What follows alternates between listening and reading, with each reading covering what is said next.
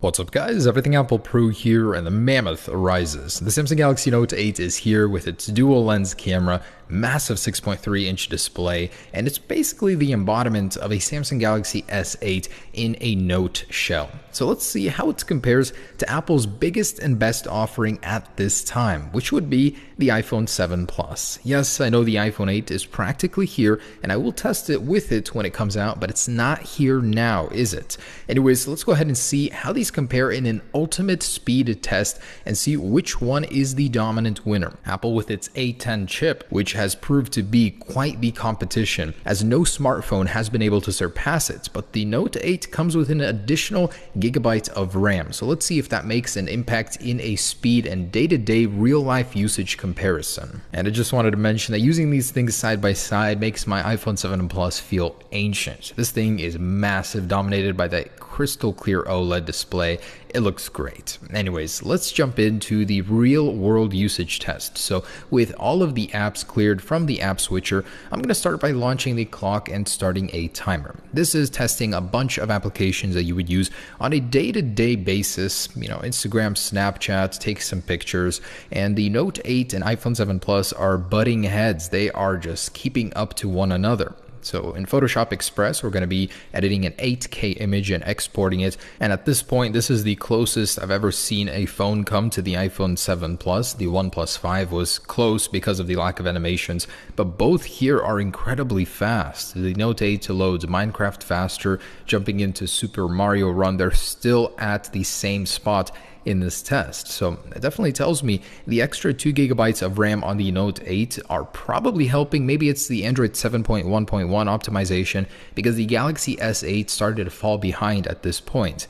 iPhone 7 Plus barely stretches forward, as the loading time on Asphalt was a little bit long on the Note 8, but both are still on the same application at this point. And by the way, the Galaxy Note 8 isn't utilizing its screen completely. In order to keep up with the iPhone 7 Plus, it has to be in full HD display mode. If it was actually running in QHD, I think this test would be a much different test, but most people will be using it in this mode, so that's only fair. Now, this is where the iPhone 7 Plus starts to surge forward in a lot of those basic applications, web-based, Amazon, Netflix, Uber, SoundCloud. It's definitely pushing forward, but the Note 8 is just a couple steps behind. I mean, this is such a small margin. You're really not going to notice that much in your day-to-day usage. I was very impressed with the Note 8 and just how it kept up with the iPhone 7 Plus. Anyways, once we started editing a video or importing one into a video editor, Video Shop, this is a 4K, about a minute and a half video,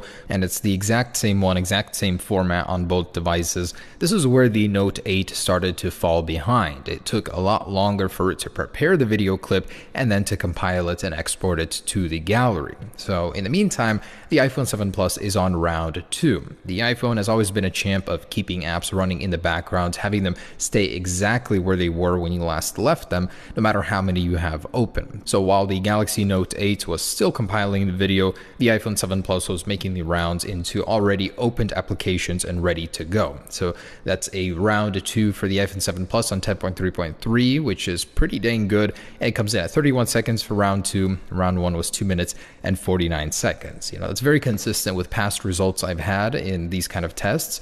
So the Note 8 just finishes up now at 4 minutes and 29 seconds for round 1. And jumping into round 2, you can see that all of the applications are already loaded. The Maps, Photoshop Express, exactly where it was left. Export this one once again. We got Minecraft and Mario Run. So everything was where I left it for the most part. There was a slight pause for some of the applications when loading it where there wasn't on the iPhone, but this is a huge improvement over the Samsung Galaxy S8 if you remember that test. I'm hoping that Samsung continues to optimize that as well, but the Note 8 with its extra 2 gigabytes of RAM is definitely better. So overall, 5 minutes to finish this test. Round 2 was 37 seconds, so very close to round 2 on the iPhone. Alright, so next up, I would like to do a startup test. So both of these did very well. The Galaxy Note 8 was very close in the apps.